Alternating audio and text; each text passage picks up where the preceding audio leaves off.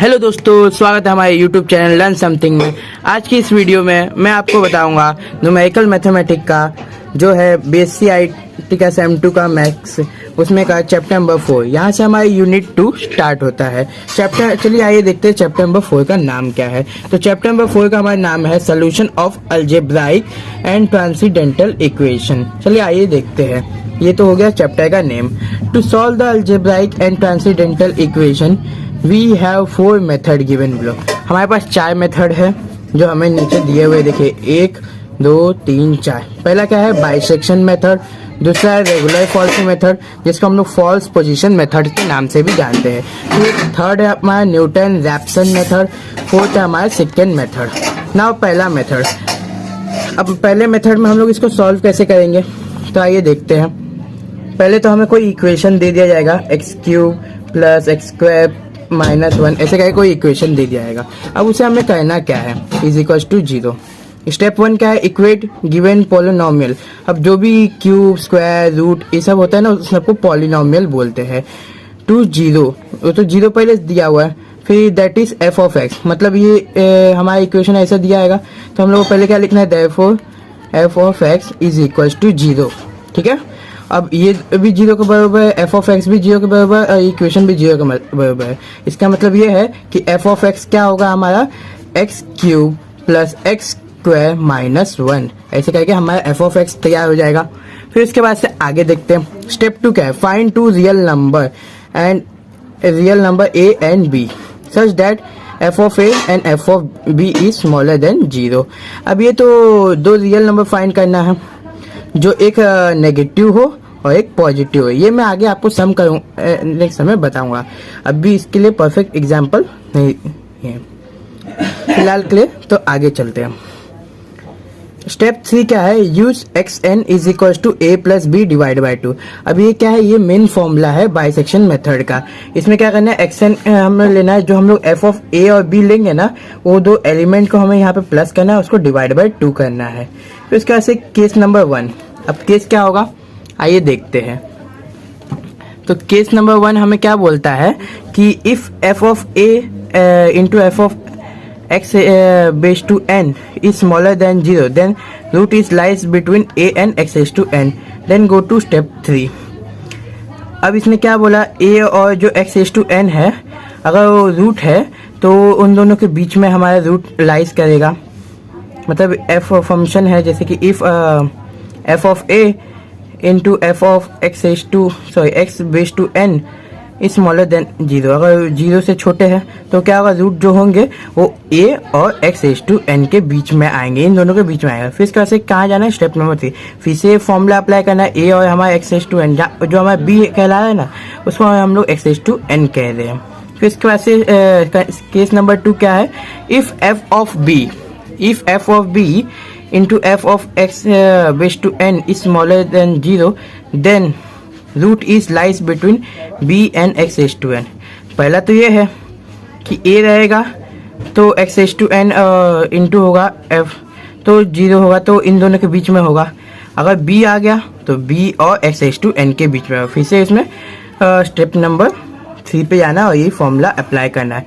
या तो ये चेंज होगा या तो ये चेंज होगा, आगे आकर चेंज होगा। अगर आप सम करेंगे ना तो उसमें आपको समझेगा। वैसे के लिए तो फिलहाल मैं आपको पहले ये बता देता हूँ कि सबके मेथड्स क्या है, स्टेप्स क्या है। स्टेप नंबर 3 हो तो उसके आ गया case 3। If X base to n is equal to 0, then X n is the root of equation. अगर f x base to n 0 होगा तो क्या होगा, रूट ऑफ इक्वेशन होगा, सिंगल ही होगा। अब देखते हैं एक प्रॉब्लम। चलिए आइए देखते हैं एक क्वेश्चन। प्रॉब्लम नंबर 1 क्या है हमारा, find the root of equation X cube minus X minus 1 is equal to 0 by bisection method, solve up to 3 iteration. चलिए देखते हैं।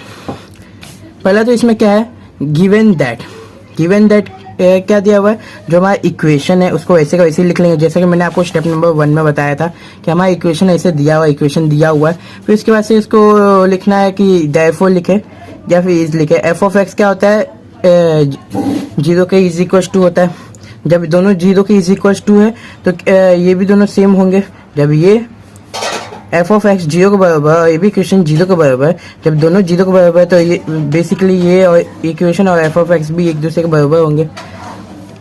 फिर उसके बाद से आ जाते हैं एफ, लिख लेंगे F of x x Q minus x, एक मिनट के, x Q minus X minus 1। फिर इसके बाद से क्या करेंगे ना, हम लोग पहले इसको जीरो पुट करके देखेंगे। हम लोग ने क्या किया, जीरो पुट करके देखा, तो जहाँ जहाँ x है वहाँ वहाँ जीरो पुट करना है। तो यहाँ पे जो x जीरो का क्यूब जीरो ही होगा और जीरो का जीरो ही होगा, तो जीरो माइनस जीरो जीरो ही आएगा, जीरो माइनस 1 तो -1 ही आएगा। तो यहाँ पे मेरा -1 आ गया। फिर हम लोग क्या करेंगे, 1 पुट करेंगे। देखिए 1 का क्यूब भी 1 ही होता है और x के पावर में कुछ नहीं, मतलब 1 1 -1 जीरो हो जाए, फिर से -1 है, फिर माइनस है। ये कब तक हमें करना है, जब तक एक टर्म माइनस में ना आ जाए और एक प्लस में ना आ जाए। तो देखिए यहाँ माइनस है। अब f ऑफ 2 मतलब x से यहाँ पे क्या 2 पुट करेंगे, सॉरी x से यहाँ पे हम लोग क्या पुट करेंगे, 2 पुट करेंगे। तो यहाँ पे x है अपना, यहाँ मैंने 2 पुट किया, तो 2 का क्यूब -2 -1। अब 2 का क्यूब क्या होता है, 8 -2 और -1।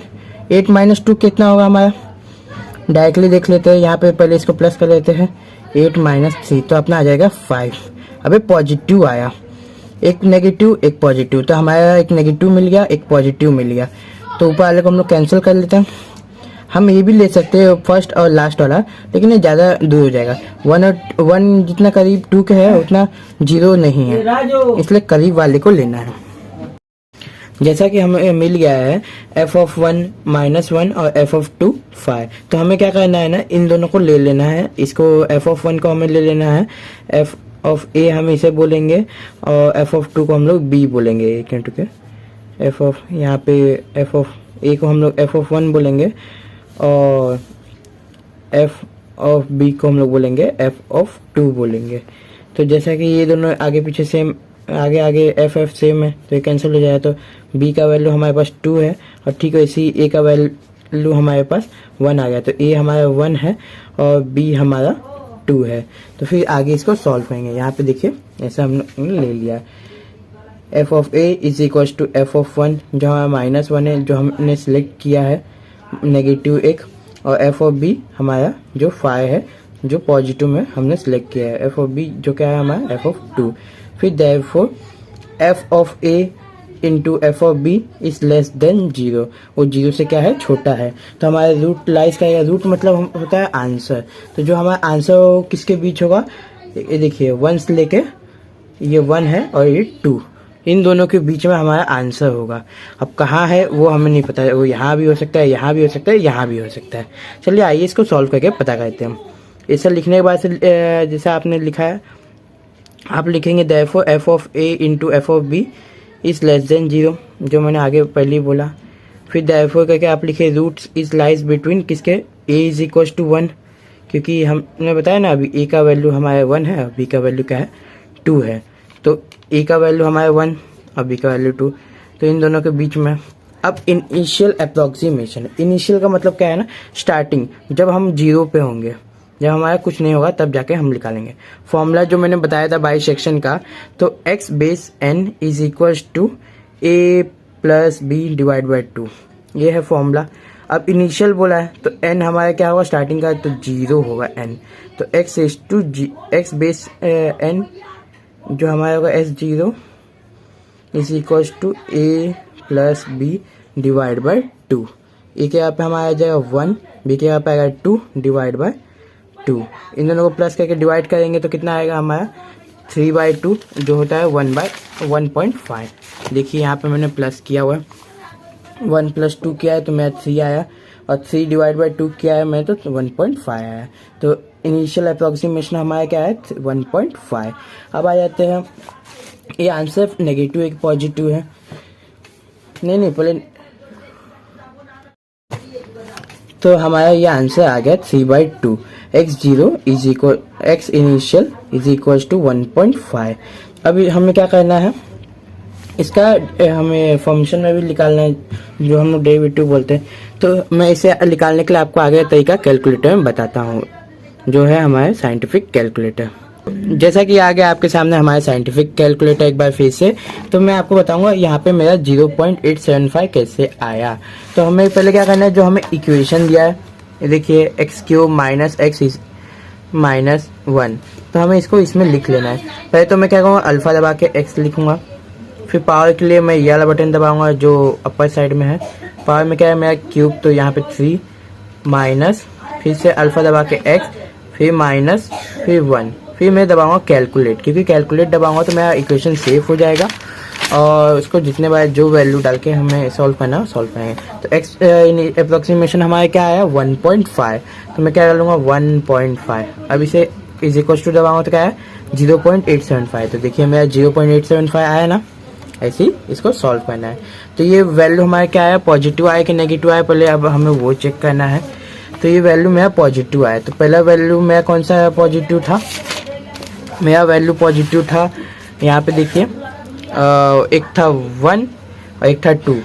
तो यहाँ पे इन दोनों का वैल्यू क्या था, f(1) का वैल्यू मेरा नेगेटिव था और f(2) का वैल्यू मेरा पॉजिटिव था। तो मेरा f(2) यहाँ से हट जाएगा। उसके यहाँ पे हम लोग क्या लेंगे, f(1.5). तो ऐसे ही हम लोग लिखेंगे f(1) into f(1.5) is less than 0। इन लोग का इंटू करके जो हमारा वैल्यू आएगा वो लेस देन किससे होगा, 0 होगा। फिर हमारा रूट लाइज किस में करेगा, एक 1 में करेगा, एक 1.5 है, मतलब 1 से लेके 1.5 के बीच में हमारा आंसर आएगा, जो हमें पता नहीं है कहाँ है, लेकिन अब हमें इसमें फाइंड करना है। चलिए देखते हैं। तो यहाँ पे क्या लिखा है, रूट इज लाइज बिटवीन किसके 1, sorry a is equal to 1 and b is equal to 1.5, जो हमारा वैल्यू निकल गया। अब हम लोग को जो इसी को मैंने स्टार्टिंग के वीडियो में बताया था xn बोलते हैं। देखिए जो हमारा वैल्यू निकला है